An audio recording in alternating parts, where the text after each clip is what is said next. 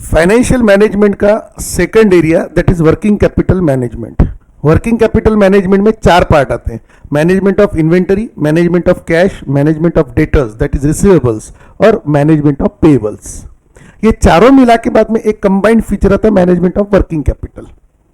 अभी अपन उसमें से जो पार्ट देख रहे हैं वो देख रहे हैं management of account receivables that is debtors. अब मैटर क्या आ रहा, the basic objective of management of receivable is to optimise the return on investment on these assets. पहली बात तो यह है कि ये सेंटेंस पढ़ने के बाद में आपको क्रेज आ रहा क्या वो देखो। The basic objective of management of receivable is to optimise the return on investment on these asset. अब डेटर्स में अपना इन्वेस्टमेंट रहता, ये एक बहुत बड़ा विषय है। रहता क्या और रहता तो उसमें रिटर्न कैसे आएगा, ये सेकंड मैटर आ गया। There is always a cost of maintaining receivable which comprises the following cost. अगर हम रिसीवेबल्स मेंटेन कर रहे हैं यानी हम चीजें उधारी पे बेच रहे हैं और अगर हमारे डेटर्स है तो उसमें अपनी cost in asset investment involve है, some cost is associated with that one. मैं क्या बोलना चाह रहा, देखो कि अभी हमारा बिजनेस ऐसा है, आज नगद कल उधार, तो हमारा साल भरे का सेल जो है वो 30 लाख रुपए का है।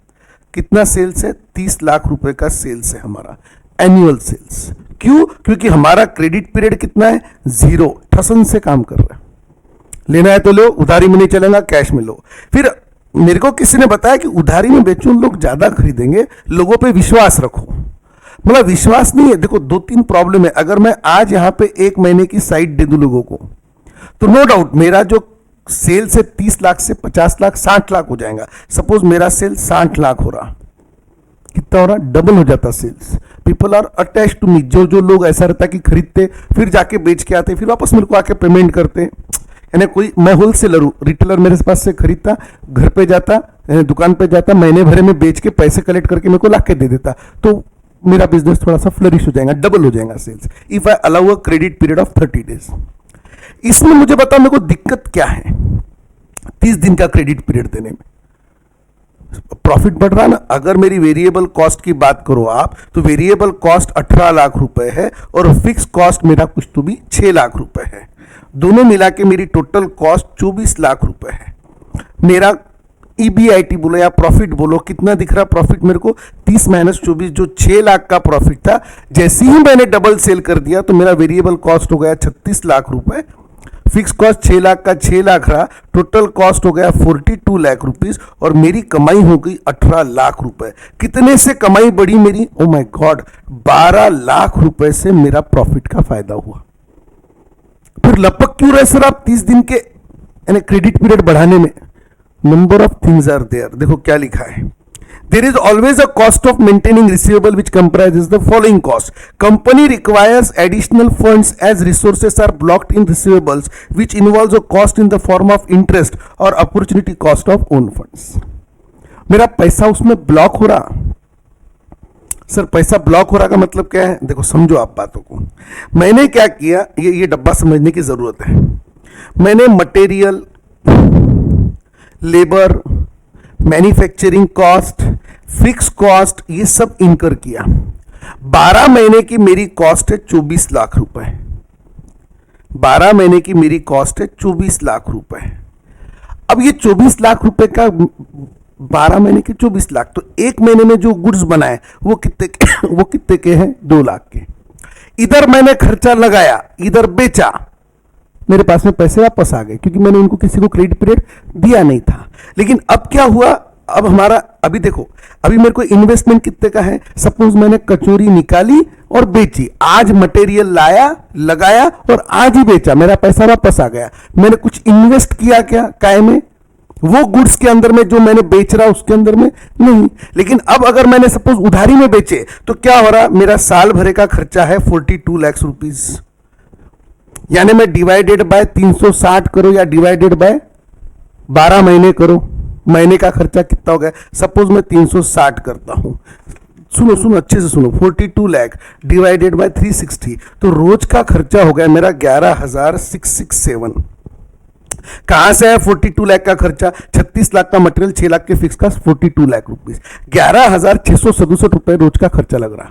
मैंने 11,667 11,667 के गुड्स बनाए, लोगों को बेचे। अब दूसरे दिन का बनाना पड़ेगा ना। ये बेचे, लोगों ने पैसे लाके दिए क्या? नहीं। क्यों नहीं दिया? मैंने उनको बोला 30 दिन के बाद में लाओ। फिर दूसरे दिन का और खर्चा लगाया मेरे को 11,667 रुपए ये लगा। मैंने लोगों को गुड्स बेचे, लोगों ने पैसे दिए क्या? नहीं। वो कब देंगे मेरे को? 30 दिन के बाद। फिर मैंने और 11,667 का बनाया। ऐसा ये पैसा मेरे को कब आएगा वापस? 30 डेज के बाद में। ऐसा करते करते करते करते मेरे को यहां पे कितने गुड्स बनाने पड़े? 30 दिन के गुड्स जेब के पैसों से बनाने पड़े। Are you getting? तो 11,667 इंटू 30, ऐसा मेरे को 35,35,000 रुपए का, 35,000 रुपए होता क्या? नहीं, 3,50,000 रुपए होता। 3,50,000 के गुड्स बनाने पड़े, तब जाके फिर एक महीना भर खत्म हुआ। और महीने भर के बाद में फिर अगले महीने में जो गुड्स बनाऊंगा मैं, उसके लिए 11,667 रुपीज आए। 11,667 के जगह पे ज्यादा पैसा है, क्योंकि मैंने सेलिंग प्राइस पे बेचा, तो शायद वो ज्यादा आए होंगे। यानी 60 लाख रुपए डिवाइडेड बाय 360, तो मेरे को 16,667 रुपए आए। तो वो मेरा प्रॉफिट है। That is a different issue. अब मेरे को पैसे आना चालू है, वो पैसे आए 16,667, 16,667, उसमें से 11,667 लगाए। लेकिन मेरे 3,50,000 के गुड्स तो अभी भी लोगों के पास में फैले हुए हैं। 3,50,000 कॉस्ट के, उनकी सेलिंग प्राइस तो और अलग है। 60 lakh divided bye 360 multiplied by 30, उनकी सेलिंग प्राइस 5 लाख रुपए है। तो मेरे को ये बताओ, अब क्लियर करो, मेरे 5 लाख रुपए लोगों के पास फंसे हुए हैं कि मेरे 3.5 लाख रुपए लोगों के पास फंसे हुए हैं? मैंने सेल कितने का किया? 60 लाख का। पहले दिन सेल कितने का किया? 16,667 का। लोगों ने पहले दिन पैसे दिए नहीं, तो लोगों ने मेरे को कब लाके दिए पैसे? 30 दिन के बाद में। तो मेरा 16,600, 16,600, 16,667, 16,667। तो महीने भरे के डेटर्स कितने हैं मेरे? 5 लाख के डेटर्स है।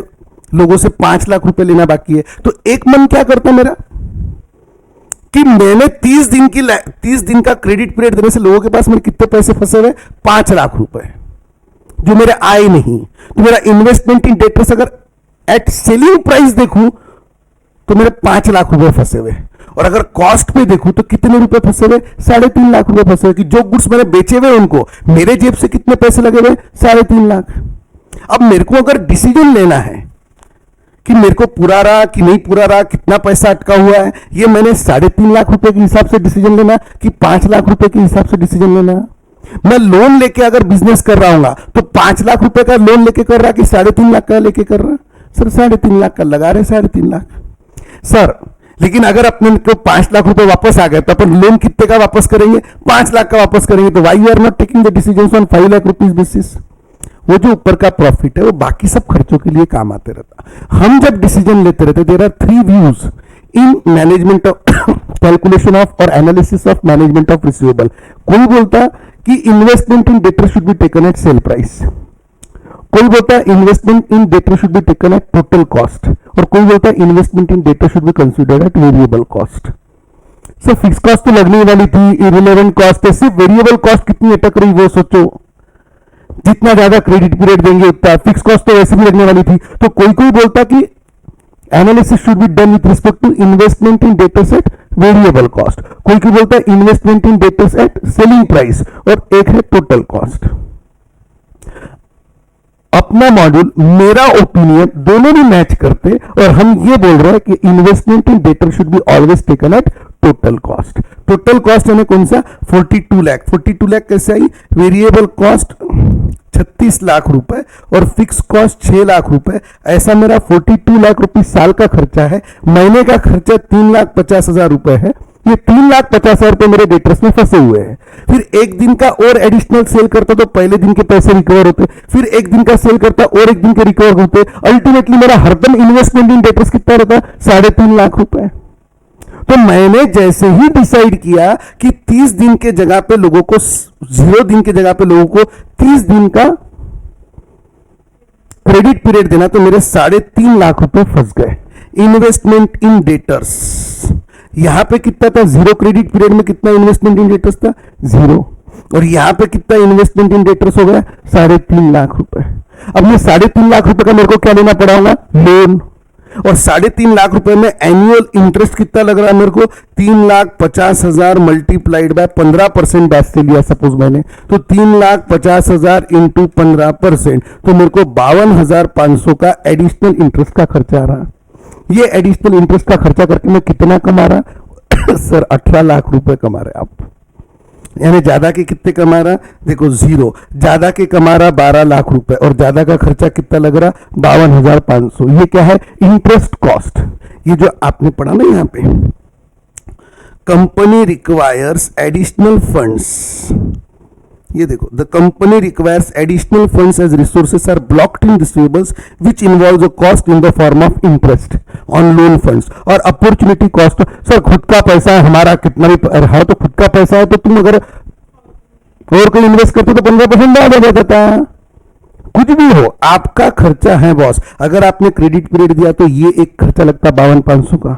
दूसरा, अगर आज नगद कल उधार वाला विषय है तो अगर अपन 30 लाख रुपए का सेल कर तो पूरे के पूरे 30 लाख वसूल होंगे। लेकिन 1 महीने का अगर क्रेडिट पीरियड देंगे और वो आदमी ने आपसे चीज लिया, आगे गया, पॉजिटिव हो गया, मन बदल गया, मति बदल गई, दिमाग सरक गया, उसकी फाइनेंशियल पोजीशन कलमड़ गई, तो होता क्या कि 60 लाख में के 2% लोग, 4% लोग पैसे डुबा देते महीने भर में। तो 7 चौक 24, तो बैड डेप्ट का खर्चा अभी कितना है, बैड डेप्ट 0 क्रेडिट पीरियड में 0। यहां पे कितना हो जाएगा 2,40,000 eight the rate of 4% of selling price, तो 2,40,000 रुपए का बैड डेप्ट का खर्चा। पहले कितना था 0, तो एडिशनल खर्चा कितना हो गया 240, यानी ये 12 लाख रुपए कमाने में 52,500 का इंटरेस्ट का खर्चा गया, 2,40,000 का बैड डेप्ट गया। अच्छा, पहले 0 रुपए क्रेडिट पीरियड था तो लोग दुकान से गुड्स खरीदते थे, दुकान पे पैसे देके जाते थे। अब 30 दिन का क्रेडिट पीरियड दिया तो उनको फोन घुमाओ, एक वसूली के लिए आदमी उनके यहां भेजो, हिसाब मेंटेन करो।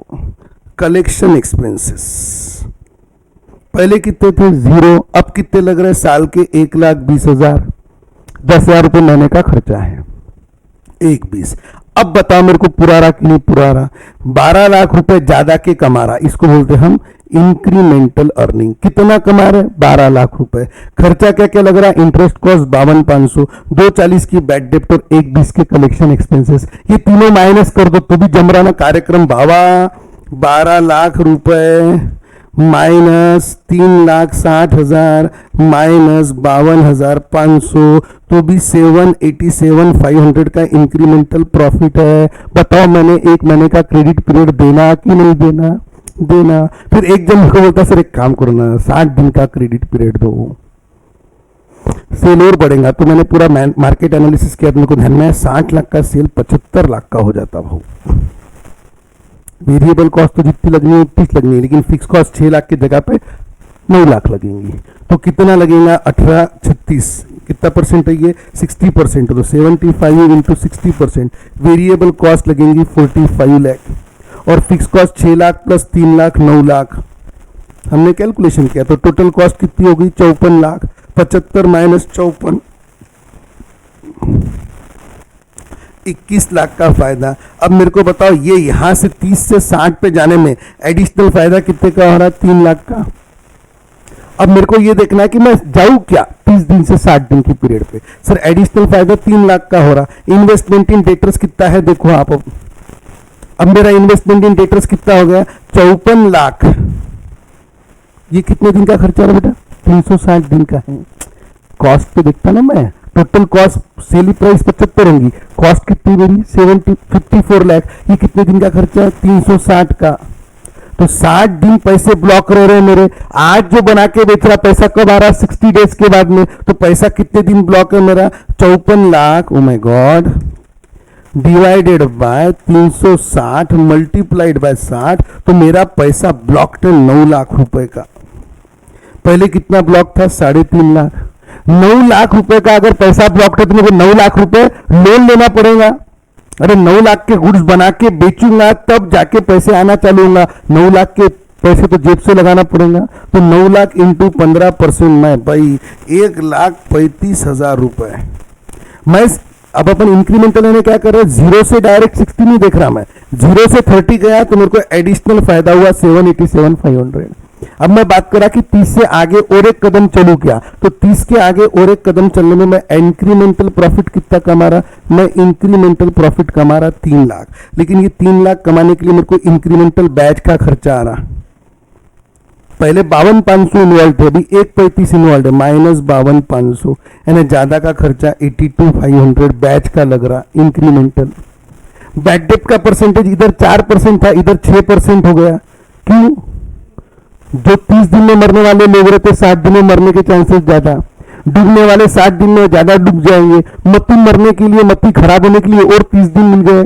और किसी के बातों में आ गए, क्या तो पैसे देते, मैंने तो डुबाया, तू भी डुबा, क्या फर्क पड़ रहा, वगैरह वगैरह वगैरह। फिर भी उनको समझाते अपन खाने की चीज और पढ़ने की चीज फ्री ऑफ कॉस्ट नहीं लेना चाहिए, डाइजेस्ट नहीं होती, पर लोग फिर भी पैसे डुबाते, पढ़ाई की भी, टीचर्स के भी और खाने की भी, किसी के ना किसी के बावलों की बातों में आ जाते। एनीवेज, तो ऐसे केस में क्या होता, बैड डेट के परसेंटेज बढ़ जाते। तो 75 लाख का 6%, सर आइडिया से आप आपका भी काम कर ही लेते, करना पड़ता बेटा। 6% तो बैड डेट कितनी हो गई, 4,50,000। कितनी इंक्रीमेंटल बैड डेट है, 2,10,000। यानी 3 लाख का प्रॉफिट कमाने में 82,500 का बैच जा रहा, 2,10,000 की इंक्रीमेंटल बैड डेट हो गई, जो 4% थी वो 6% हो गई। और कलेक्शन एक्सपेंसेस जो 1,20 है वो 1,80 लग रहे हैं, यानी ये भी कितने से बढ़ गए, 60,000 से। शाबाश। यानी मेरे को बताओ इंक्रीमेंटल नुकसान कितना, इंक्रीमेंटल प्रॉफिट कितना। अगर इंक्रीमेंटल प्रॉफिट ए 3 लाख है ज्यादा का, 30 दिन से 60 दिन पे जाने पे ज्यादा का प्रॉफिट आ रहा 3 लाख। कैसे आया, पहले 18 लाख आ रहा था, अभी 21 लाख आ रहा। क्यों ऐसा हो रहा, कुछ गड़बड़ किया क्या अपने कैलकुलेशन में। देखो 60 लाख में खर्चा था 42 लाख, यहाँ पे 75 लाख में खर्चा हो गया 54 लाख। एडिशनल सेल है 15 लाख का, देखो एडिशनल सेल 15 लाख का, और एडिशनल खर्चा हो गया 12 लाख रुपए, क्योंकि फिक्स खर्चा भी बढ़ा ना बेटा 3 लाख से।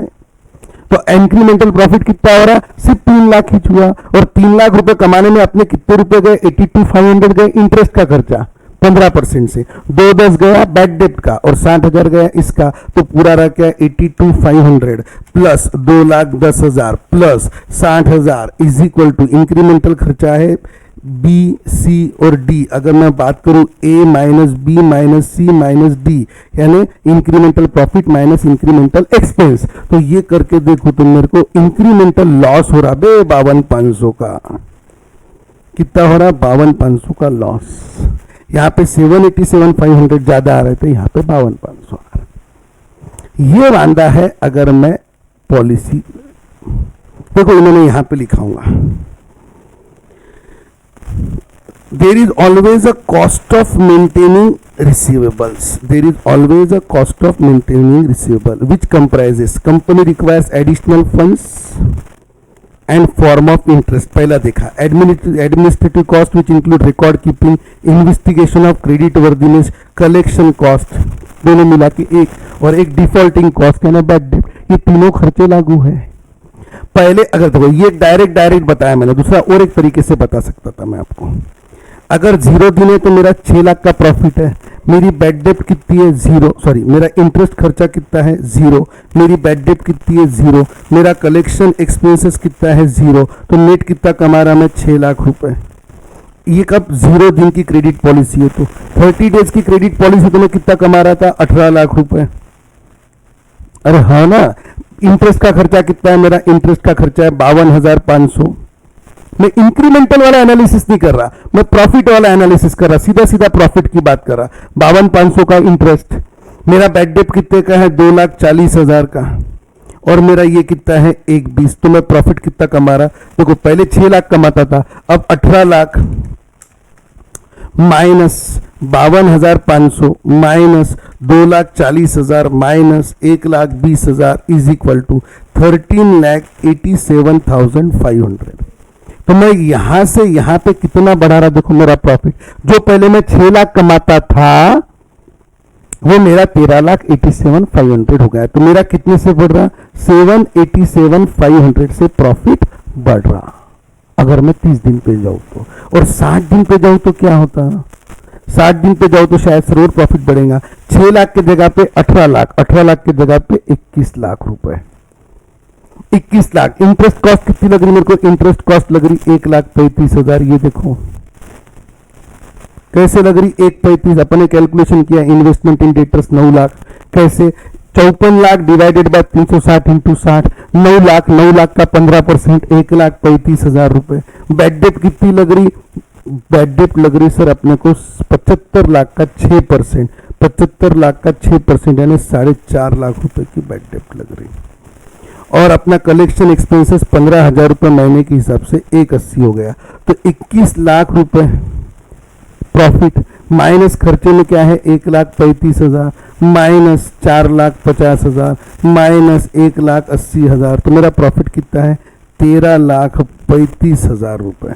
सर प्रॉफिट बढ़ी तो रहा, जहां पे 6 लाख था वहां पे 13,35 हो गया, है ना। 0 डे से कंपेयर करूं तो ज्यादा है, लेकिन 30 दिन के क्रेडिट पॉलिसी से कंपेयर करूं तो कम है। देखो ना यहाँ पे 13,87,500 है, यहाँ पे 13,35 है। कितने का नुकसान हो रहा? 52,500 से लॉस कम हो रहा प्रॉफिट मेरा। यहां से यहां पे आऊं तो प्लस 7,87,500 है, और यहां से यहां पे जाऊं तो माइनस 52,500 है। क्यों? देखो ये प्रॉफिट कम हो गया। तो क्या पूरा था मेरे को? 30 दिन की क्रेडिट पॉलिसी पूरा थी।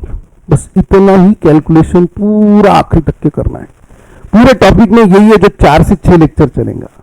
करना क्या है? 0 दिन की पॉलिसी, 30 दिन की पॉलिसी, 60 दिन की पॉलिसी। खर्चे क्या है? ये 3 खर्चे रहेंगे। इन्वेस्टमेंट इन डेटर्स का पे लेना है? टोटल कॉस्ट पे। अगर सर फिक्स कॉस्ट नहीं दी रही तो वेरिएबल कॉस्ट पे, और सर कॉस्ट वेरिएबल कॉस्ट भी नहीं दी रही तो सेलिंग प्राइस पे। और क्या कर सकते हैं अपन? इन डेट बेसिस अपने को चलना है। ऐसे क्वेश्चन रहेंगे। ये होगी थियरी कि what are the cost of maintaining receivables, वो अपन ने कैलकुलेट भी कर लिया, पढ़ भी लिया, और अब एक एक क्वेश्चन अपने को देखते जाने का है सिंपली।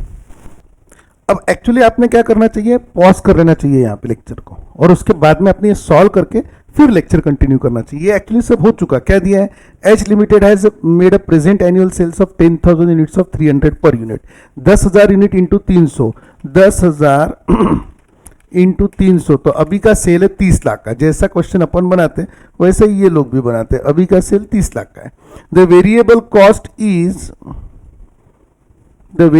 कॉस्ट इज बोलो 60%, 200 पर यूनिट यानी 66% है। And fix cost is 3 lakh per annum, यानी अभी हमारी वेरिएबल कॉस्ट 20 लाख है और फिक्स कॉस्ट 3 लाख यानी टोटल कॉस्ट 23 लाख है। The present credit period allowed by the company is 1 month. आज के डेट में 1 महीने का क्रेडिट पीरियड दे रहे हैं। तो अब अपने को देखना है कि 2 महीने का क्रेडिट पीरियड किया तो क्या होगा? The company is considering a proposal to increase the credit period to 2 months and 3 months and has made the following estimate. Increase in sales 15%, 30%, bad debt 1%, 3%, 5%। यानी क्या क्या होगा? एक, हमारा सेल्स बढ़ेगा तो प्रॉफिट बढ़ेगा। एक काम हो गया, प्रॉफिट बढ़ रहा। दूसरा, बैड डेट बढ़ रही तो खर्चे बढ़ रहे। तीसरा, सर क्रेडिट पीरियड बढ़ रहा आपका, तो इन्वेस्टमेंट इन डेटर्स बढ़ेगा और उसमें आपका इंटरेस्ट कॉस्ट आएगा। शाबाश। There will be increase in fix cost by 50,000, 50,000 से खर्चा भी बढ़ रहा on account of increase in sales beyond 25% of present level. यानी यहां पे फिक्स कॉस्ट नहीं बढ़ रही, ये लेवल पे आके फिक्स कॉस्ट बढ़ेंगी आपकी। ठीक है, next. The company plans a pre tax return of 20% on investment in receivable, यानी इनकी इंटरेस्ट कॉस्ट है 20%, जितना इन्वेस्टमेंट इन रिसीवेबल। और इन्वेस्टमेंट इन रिसीवेबल अपन क्या पे लेते? कॉस्ट पे, टोटल कॉस्ट पे। You are required to calculate the most paying credit policy for the company. Better कौन सा है? 1 महीना, 2 महीना, 3 महीना? That we have to find out. ये सब चीजें क्लियर कर लेता है मैं, and thereafter we will solve the same. तब तक आप क्या करो, अभी भी अगर पॉज नहीं किया होगा तो अब पॉज करो। 3 क्रेडिट पॉलिसी लो, प्रेजेंट, ये और ये। इंक्रीमेंटल करना है तो इंक्रीमेंटल करना, नहीं करना तो नेट प्रॉफिट वाले मेथड से करो, लेकिन करो। इन्वेस्टमेंट इन डेटर्स निकालो, उस पर interest cost low, bad debt low, incremental profit low, do it. ठीक है, टेक अ पॉज। देखो मैंने क्लियर भी कर लिया और बेसिक जितनी इंफॉर्मेशन दिया था उसको लिख दिया। क्या किया मैंने? क्रेडिट पीरियड 1 महीना। अभी प्रेजेंट पोजीशन क्या है? प्रेजेंट पोजीशन है 10,000 unit at the rate of 30, sales हमारा 30 लाख रुपए का है। अब मैंने यहां पे होशियारी क्या किया? वेरिएबल कॉस्ट और फिक्स कॉस्ट दोनों एट ए टाइम ऐड करके 23 लाख की टोटल कॉस्ट बता दिया। आप लोग क्या करते सॉल्व करने समय? 30 लाख का sale minus variable cost 20 lakh, 10 lakh का कंट्रीब्यूशन, 3 लाख का फिक्स कॉस्ट, प्रॉफिट 7 लाख। इसमें क्या होता है? आपकी टोटल कॉस्ट का कैलकुलेशन नहीं आता। और इन्वेस्टमेंट इन डेटर्स आपको क्या पे निकालना है? टोटल कॉस्ट पे। अब मैंने यहाँ पे सेल्स और ये लिख दिया, अब डायरेक्ट प्रॉफिट लिख लेता। प्रॉफिट, इसको बोल दिया A. Profit is equal to क्या हुआ, sales minus total cost is equal to कितना हुआ, 7 लाख रुपए। ओके, अब यहां पे ये सिचुएशन में मेरी बैड डेप्ट कितनी है, बैड डेप्ट कितना है, देखो बोला बी, बैड डेप्ट is at the rate of 1%, 1% bad डेप्ट है, तो ये कितनी होती है 1% बैड डेप्ट इन रुपीज, यहाँ पे परसेंटेज लिख दिया, यहाँ पे बैड डेप्ट, एक मिनट थोड़ी लाइन कम करता है ना, एक स्क्रीन में आपको दिखना चाहिए। बैड डेप्ट रुपीज में बात करूं तो कितनी हो जाएंगी, 70,000 रुपए। 7 लाख का थोड़ी 1% है, 30 लाख का 1% है, 30 लाख का 10% 3 लाख, और 1% सिर्फ 30,000 रुपए की बैड डेप्ट है। ये काम की चीजों की बैड डेप्ट। फिर सी, बैड डेप्ट के अलावा और कुछ दिया क्या, हाँ ना सर, इन्वेस्टमेंट इन डेटर्स निकालना पड़ेगा ना अपने को। इन्वेस्टमेंट इन डेटर्स, क्या फॉर्मूला है इन्वेस्टमेंट इन डेटर्स का, total cost divided by 12 months और 360 डेज। मेरे को बताओ क्रेडिट पीरियड महीने में दिया है क्या डेज में दिया है, महीने में दिया है, तो divided by 12 month multiplied by credit period, ये हो गया फॉर्मूला। अब यहां पे आपने डिटेल नहीं भी दिया, डायरेक्ट अमाउंट लिखा तो भी चलता, बट आपका पहला प्यार में पूरा कर रहा है यहाँ पे, 23 lakh divided by 12 multiplied by 1, तो इन्वेस्टमेंट इन डेटर्स हो गई आपकी 23 lakh divided by 12 multiplied by 1 is equal to 1,91,667 rupees. क्या आया, 1,91,667 रुपीज, ये आ गया इन्वेस्टमेंट इन डेटर्स। फिर इंटरेस्ट कॉस्ट कितना आ गया, therefore interest cost at the rate of 20%, at the rate of 20% into 20% होगा 38,333, ये हो गई मेरी इंटरेस्ट कॉस्ट। फिर मैंने निकाला D, therefore profit, net profit. क्यों नेट प्रॉफिट, इसके अलावा कुछ है नहीं, दो ही चीजें बताई इन्होंने, कौन कौन सी बताई, एक बैड डेप्ट का खर्चा और एक इंक्रीमेंटल इन्वेस्टमेंट, एक फिक्स कॉस्ट है, तो फिक्स कॉस्ट जहां पे आएंगी वहां पे देख लूंगा। तो मेरे पास में नेट प्रॉफिट कितना है, ए minus B minus C. A minus B minus सी क्या आता है, ये देखो, ये प्रॉफिट है 7 लाख रुपए का, ये बैड डेप्ट का खर्चा है 30,000 रुपए का, और ये इंटरेस्ट कॉस्ट है 38,333 की। तो मैंने क्या किया, 7 लाख रुपए का profit minus 30,000 minus 38,333 is equal to मेरा प्रॉफिट है 6,31,667 रुपए। ये प्रेजेंट है, प्रेजेंट है करंट पॉलिसी है। अभी 2 महीने में क्या बोल रहे हैं, 15% से सेल्स बढ़ेगा, प्लस 15%, प्लस 15% में 10,000 की जगह पे कितने यूनिट हो जाएंगे, 11,500। सेलिंग प्राइस वही है 11,500 multiplied by 300 is equal to 34,50,000। 34,50,000। Variable cost कितनी है, वेरिएबल कॉस्ट आ जाएंगे मेरी 23 लाख रुपए। कैसे है, 11,500 मल्टीप्लाइड बाय 200 रुपए, और फिक्स कॉस्ट कितनी है 3 लाख की, 3 लाख है, तो टोटल कॉस्ट कितनी आ गई मेरी, टोटल कॉस्ट आ गई मस्त पैकी 26 लाख। सबको सब समझ रहा, ये 26 लाख आ गया, तो मेरा प्रॉफिट कितना है 34,50,000 minus 26 lakh is equal to ये आ गया 8,50,000 रुपए का प्रॉफिट। अब यहां पे बैड डेप्ट के परसेंटेज कितने हैं, 3%। मेरे को कोई टेंशन ही नहीं, मैं बीच में लिख डालता ऐसा, मेरे को मालूम, मैंने यहाँ पे ABC नाम देके रखे हुआ है सबको, B इंटरेस्ट कॉस्ट को नाम देके रखा, C मेरे को A minus B minus C बोलना है, बीच में कुछ भी कचड़ कुचड़ आया तो भी चलता है मेरे को। फिर इंक्रीमेंटल, सॉरी 850 का 3%, नहीं sir 3% is on sales, bad डेप्ट परसेंट, एक मिनट, जहां गड़बड़ लगी वहां पे परसेंटेज ऑन सेल्स लिख दो अगर आप गलती कर रहे होंगे तो।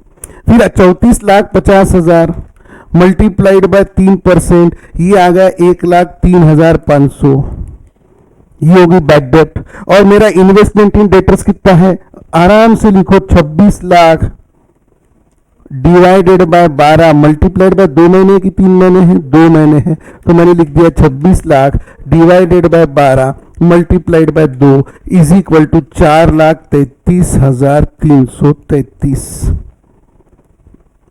1,91,667 4,33,333। इंटरेस्ट कॉस्ट कितनी आ गई एट द रेट ऑफ 20%, ये आ गया 86,667। अब इसके अंदर में मेरे को वापस टोटल प्रॉफिट कितना हो रहा सर? बढ़ ही रहा होगा सर प्रॉफिट, देखो ना बढ़ रहा कि कम हो रहा। 8,50,000 minus 1,03,500 minus 86,667 is equal to profit आ रहा मेरा, ओए होए होए होए होए 6,59,833। प्रॉफिट बढ़ा क्या पहले के कंपैरिजन में बापा? माइनस 6,31,667 कितना है? 28,166 रुपीज से प्रॉफिट बढ़ा। तो एक महीने से 2 महीने पे जाना चाहिए क्या? बिल्कुल जाना चाहिए। अब आ जाते 3 महीने पर कितने परसेंट से सेल बढ़ रहा? 30% से। तो ये कितना हो जा रहा? 13,000 unit at the rate of, तो ये आ गए 39 लाख रुपीज। 13 के 49, 13 दूने 26 लाख। सर बहुत मजा आ रहा, मजा तो आना ही है। 26 फिक्स कॉस्ट 3 लाख नहीं है, 3,50,000 है। 50,000 रुपए on account if sales increase by 25%, ये कितना है? 30% प्लस। तो यहाँ पे आ गई 3,50,000। सबको सब समझ रहा। 29,50,000, 39 लाख माइनस 29,50,000, तो मेरा प्रॉफिट 9,50,000 आ गया। बैड डेट कितनी है? 5%। बैड डेट कितनी आ रही? 5%। 5% यानी कितना होता है? 950 का नहीं सर, 39 लाख का 5%, ये आ गया 1,95,000। 1,95 होगी मेरी बैड डेट। सर मेरा सेम ऐसे ही आया, आना ही चाहिए था ना, that one was expected from you. अगर ये नहीं आवे तो आंदा आ जावे। अभी तो बहुत कुछ है ना सीखने लायक बेटा उसमें, ये चीजें सिर्फ उसको देखना, दिखने का तरीका। चलो ठीक है। फिर अब इन्वेस्टमेंट इन डेटर्स कितना है sir? Total cost 29,50,000 divided by 12 multiplied by 3। 29,50,000 क्या है total cost? 29,50,000 divided by 12 multiplied by 3 is equal to 7,37,500। 737,500 investment in debtors at total cost. इसमें इंटरेस्ट कॉस्ट कितनी है? 20%, यानी कितना हो गया? 147,450। इतना इन्वेस्टमेंट की इंटरेस्ट कॉस्ट हो गई। अब मेरे को प्रॉफिट निकालना है। प्रॉफिट कितना है मेरा? प्रॉफिट है 9,50,000 minus 1,95,000 minus 147,450 is equal to 7 lakh वापस 9,50,000 माइनस बैड डेट कितनी है? 1,95,000 माइनस इंटरेस्ट कॉस्ट कितनी है? 147,450 इज इक्वल टू 6 लाख, अरे रे रे रे रे 6,07,550। बस इतना ही प्रॉफिट है, यानी मेरा प्रॉफिट यहाँ पे कम आ गया। ठीक है ना? तो अब यहां पर अगर अपन देखेंगे तो मेरा प्रॉफिट इज रिड्यूस, तो आई डोंट फाइंड कि I should go for 3 months credit policy. ये एक मिनट इसको करेक्ट कर लेते हैं। ये 147,500 है, ये 147,500 आ गया, तो ये वाला आंसर 6,07,500 आएगा। But in that case also अपने लिए यही बेनिफिशियल है, क्योंकि यहाँ पे सफिशिएंटली लॉस है। अगर ये लेवल से ये लेवल पे जाने की बात करूँ मैं, 6,59,833 माइनस 6,07,500 इज इक्वल टू 52,333 का लॉस है इंक्रीमेंटल। अब यही कैलकुलेशन मैं इंक्रीमेंटल में भी कर सकता था, इसके लिए मैंने बीच में जगह छोड़ी इंक्रीमेंटल के लिए। नहीं भी छोड़ता तो मैं यही के यहीं पे मैनेज कर सकता हूं। अगर आपको देखना है तो आप देख लो, मैं रेड पेन से लिख रहा, जगह छोड़ दिया था मैंने यहाँ पे प्रॉफिट। तो ये जो ए वाला किस्सा है इसको मैं यहाँ पे ए लिख रहा, प्रॉफिट, इंक्रीमेंटल प्रॉफिट। ये देखो आप आपके पेन से, अगर ब्लू पेन से लिखा तो भी चलता है, ऐसा कुछ नहीं है कि नहीं लिख सकते। इंक्रीमेंटल प्रॉफिट ए, इसको कर दिया अंडरलाइन, इसको यहाँ पे अंडरलाइन कर दिया 1,50,000, इसको यहाँ पे अंडरलाइन कर दिया 850 से 950 यानी 1 लाख रुपए। ओके यानी अगर अपन आगे गए तो अपने को इतना इतना प्रॉफिट मिल रहा। इंक्रीमेंटल बैड डेप्ट, ये यहाँ पे मैंने लिख दिया इंक्रीमेंटल बैड डेप्ट। इन दैट केस मैं क्या करूंगा, एक लाइन और छोड़ दूंगा अगर मेरे को दूसरा कॉलम नहीं बनाना है। लेकिन यहाँ पे दो ही प्रपोजल है तो मेरा सजेशन ये रहेगा कि एक कॉलम बढ़ा लो इंक्रीमेंटल का। ये यहाँ पे कचकच करने से अच्छा है 150 बाजू में लिख सकते हैं आप।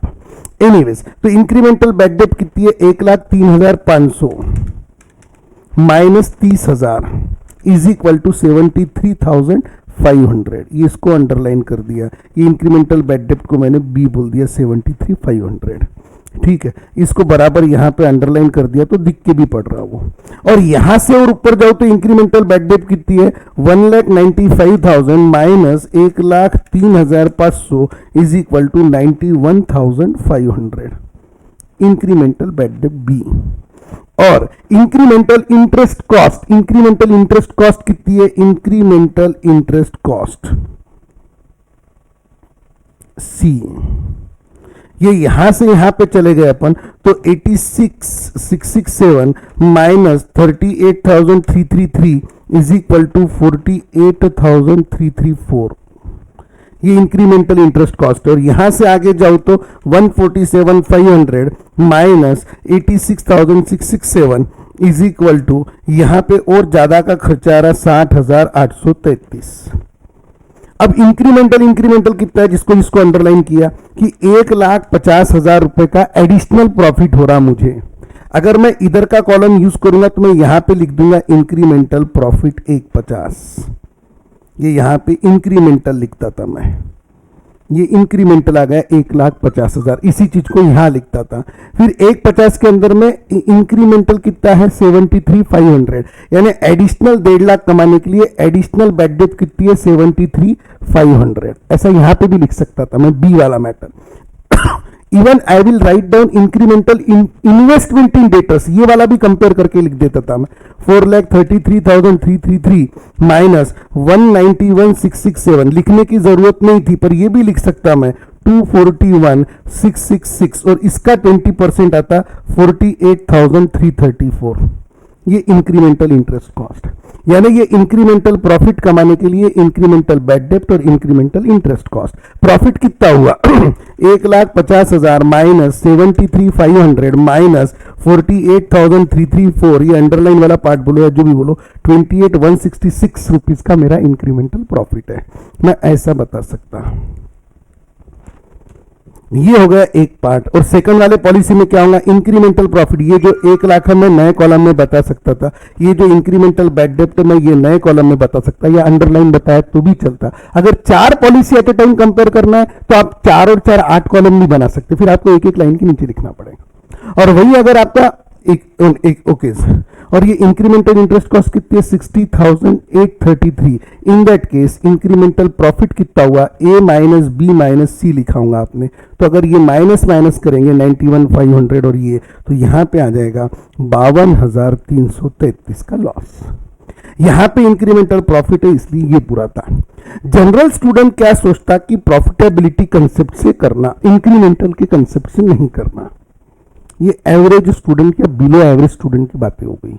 जो सुपर स्टूडेंट है generally they prefer the incremental cost statement rather than profit cost statement. Sir आप ऐसा वैल्यू जजमेंट मत दो ना, मार्क तो दोनों को मिलने वाले, दोनों मेथड इज एप्लीकेबल। हाँ, लेकिन अगर एग्जाम में बोला कि इंक्रीमेंटल कॉस्ट बेसिस पे या इंक्रीमेंटल स्टेटमेंट बेसिस पे करो, तो जो स्टूडेंट को एक बार ये आदत लग जाती है प्रॉफिट वाली, वो इंक्रीमेंटल में लपकता है। जबकि इंक्रीमेंटल में कुछ है नहीं, लॉजिकल है। ज्यादा का प्रॉफिट कमाने के लिए ज्यादा की बैड डेप्ट और ज्यादा का इंटरेस्ट खर्चा, क्या लग रहा बोलने के लिए।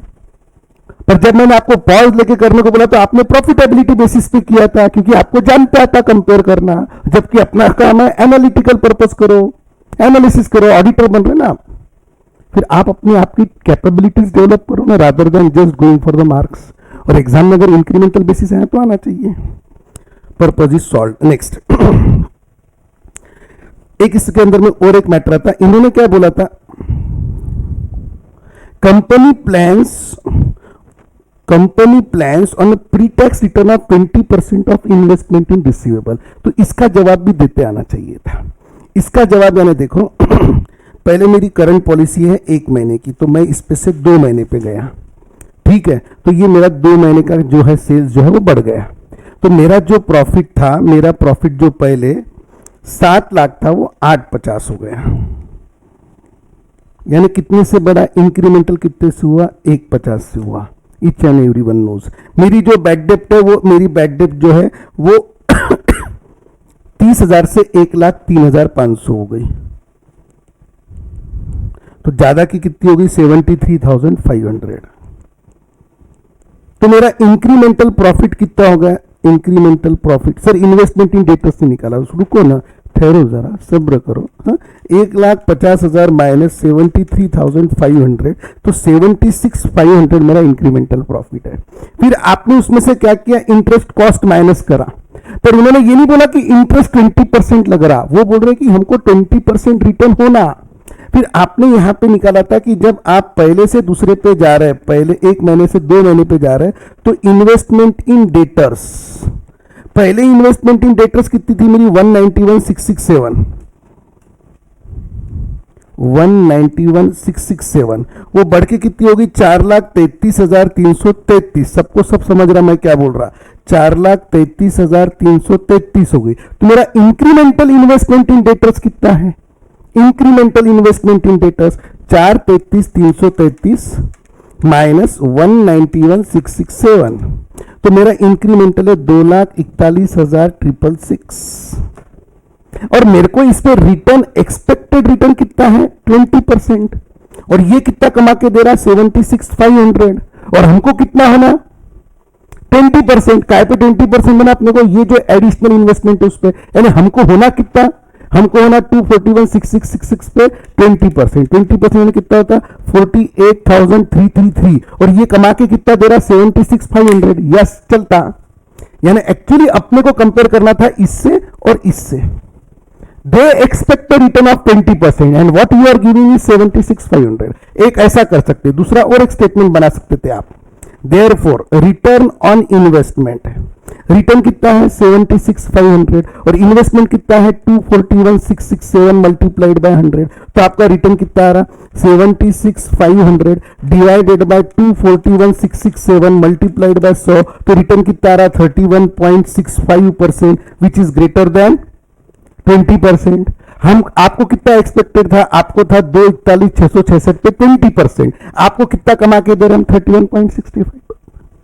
तीसरे पॉलिसी में क्या होता है? जब 3 महीने पे जा रहे हो तो आप क्या होता? 3 महीने पे जा रहे हो तो आपका प्रॉफिट हो रहा है 950, यानी आपको एडिशनल प्रॉफिट मिल रहा है 1 लाख। बराबर है। यहां से आपकी बैड डेट कितनी बढ़ रही? 1,03,500 से कितनी हो रही? 1,95,000 हो रही। ये यहां से यहां पर, तो आपकी एडिशनल बैड डेट कितनी हो रही? 91,500। यानी आपको इंक्रीमेंटल प्रॉफिट कितना हो रहा? 8,500 सिर्फ। सर हो रहा ना प्रॉफिट 8,500? हाँ ना मेरे दोस्त, लेकिन इंक्रीमेंटल इन्वेस्टमेंट इन डेटर्स कितना है? 4,33 से लेके, तो डेटर्स में इन्वेस्टमेंट हो गया 7,37,500। Investment in debtors at cost है 7,37,500। यानी इंक्रीमेंटल इन्वेस्टमेंट कितनी होगी? 7,37,500 माइनस 4,33,333 इज इक्वल टू 3,04,167, 3,04,167 का इंक्रीमेंटल इन्वेस्टमेंट इन डेटर से मैंने देखो निकाल के दिया होगा यहाँ पे। इंक्रीमेंटल इन्वेस्टमेंट 3 लाख जो भी होगा 4,167, उस पे 20%। हमको कितना रिटर्न एक्सपेक्टेड था मेरे दोस्त? हमको 20% रिटर्न एक्सपेक्टेड था। इसका 20% हमको कितना होना था?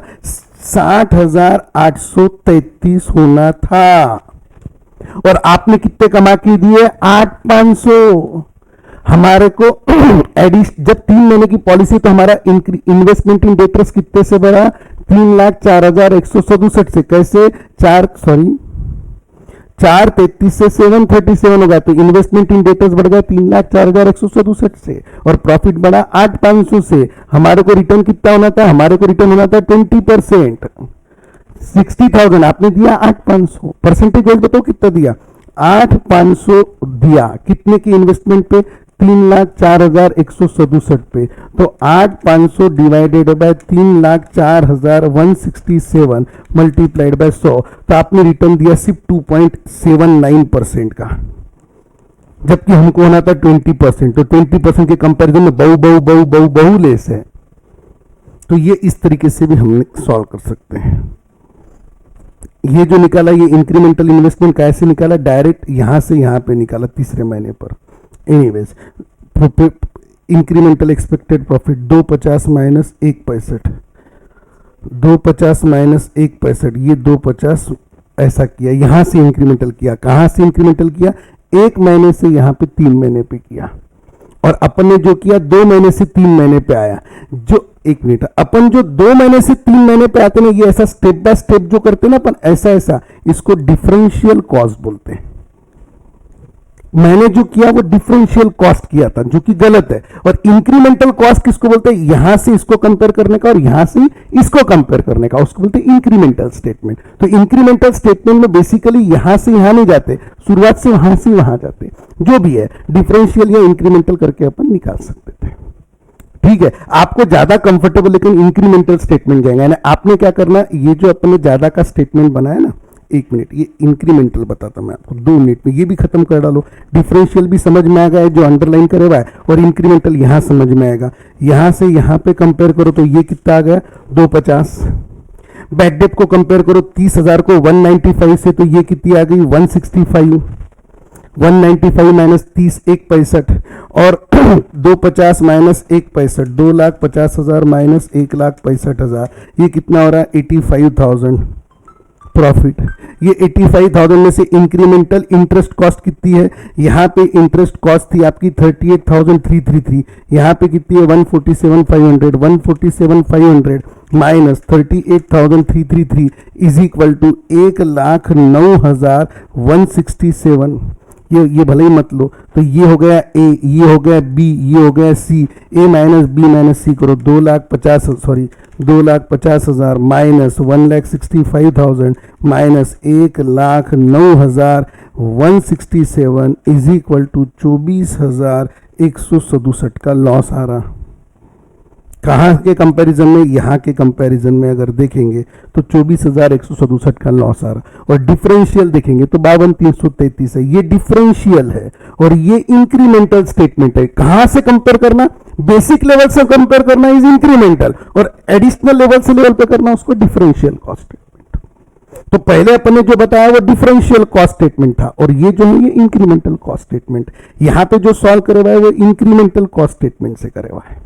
ठीक है, and accordingly profits are calculated. ये हो गया यहाँ पे आपका टॉपिक खलास।